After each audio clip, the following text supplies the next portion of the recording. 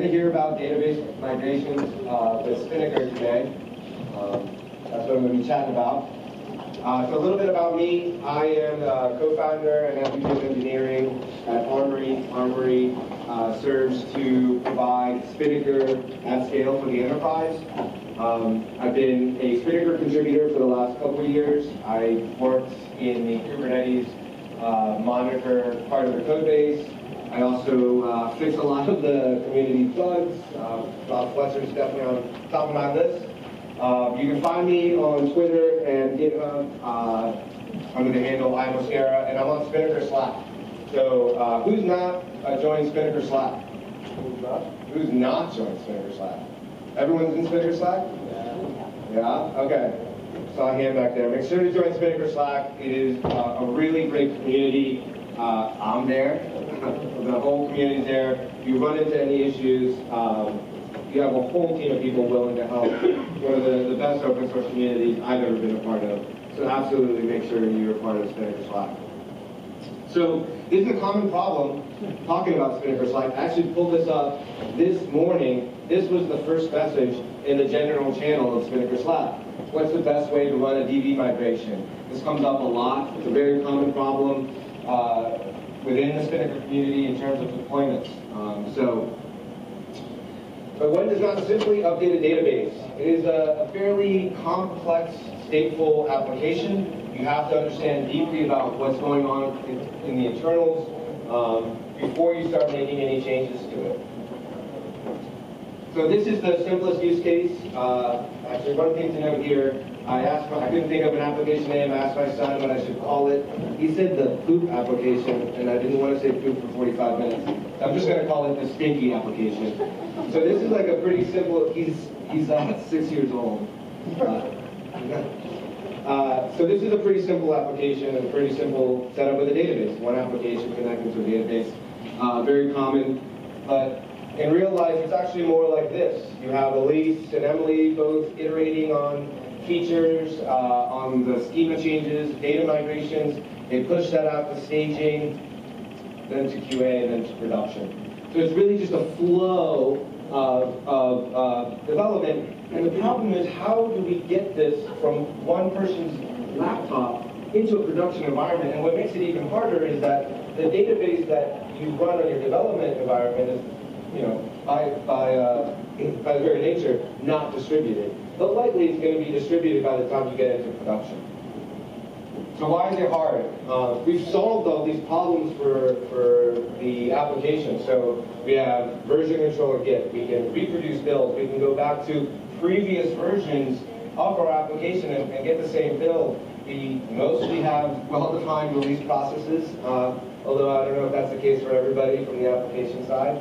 But what's really difficult with a database is what's its current state? Who's the last person to apply changes to it? The data and the schema are important, and they go together. How do you reproduce that data on different environments, right? So it's a lot more complex than just building a Java application. And how do we consistently update it, right? So that when I go to deploy a change and somebody else wants to know what's going on, they're able to see that I deployed the change and this was the diff. So this is actually the crux of the entire talk. If you left after this slide, and you just took away this, that's the whole thing.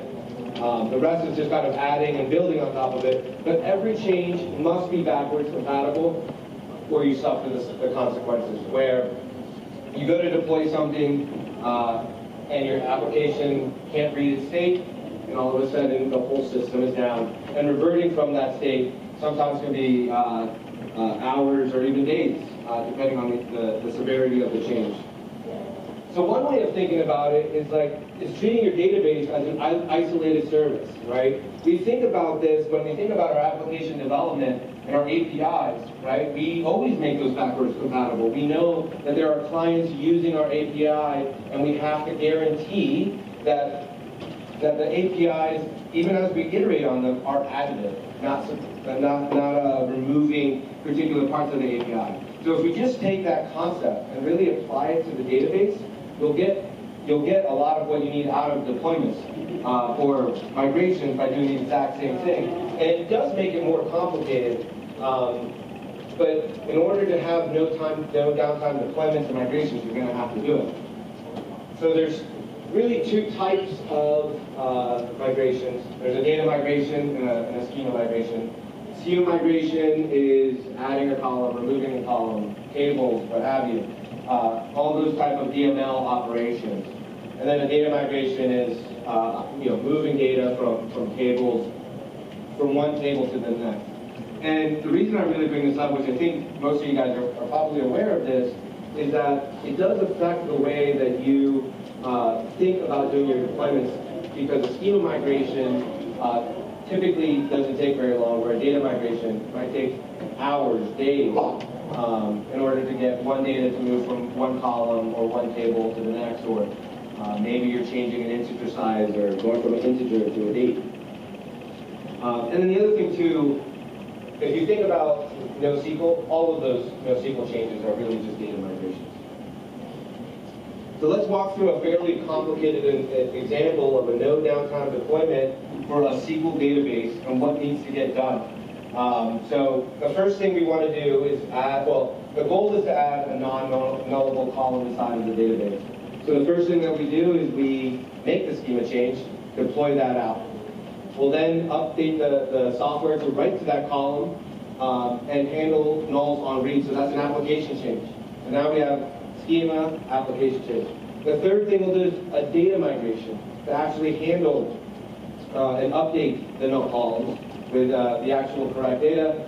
The fourth step is another schema change, and then the fifth is an application change.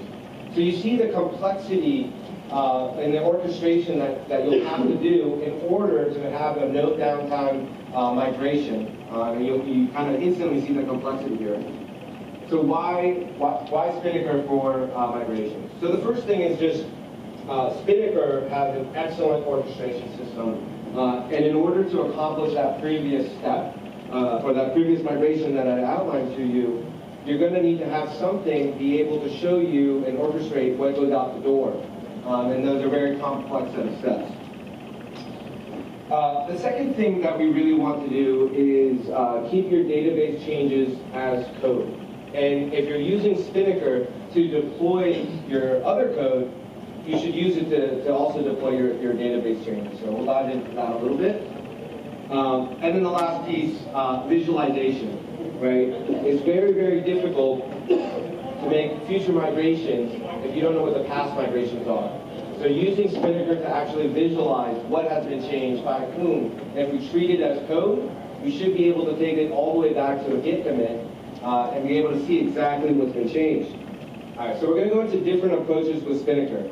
So if you remember my first slide, what that particular gentleman was asking about was AWS migrations, which are different than Kubernetes and other systems. So by show of hands, who's using a container system like Kubernetes in production with Spinnaker? Okay, and then what about who's going to be using Spinnaker with VMs? Oh, so roughly 50-50. So I'll walk you through both of those migration paths. All right, so the first one, which is the simplest case, and this is, using Jenkins, running off the edge there. So using Jenkins as a stage to run your migration. In this case, you're not spinning up a new VM or spinning up a container. It's a very, very simple way to just kind of run a database migration from Jenkins. But the problem with that is that there's real security concerns to be had, especially if you're dealing in a large environment. Your Jenkins system typically doesn't have access to production, although that's not always the case. Depends on a company-by-company basis. So it is a bit less secure.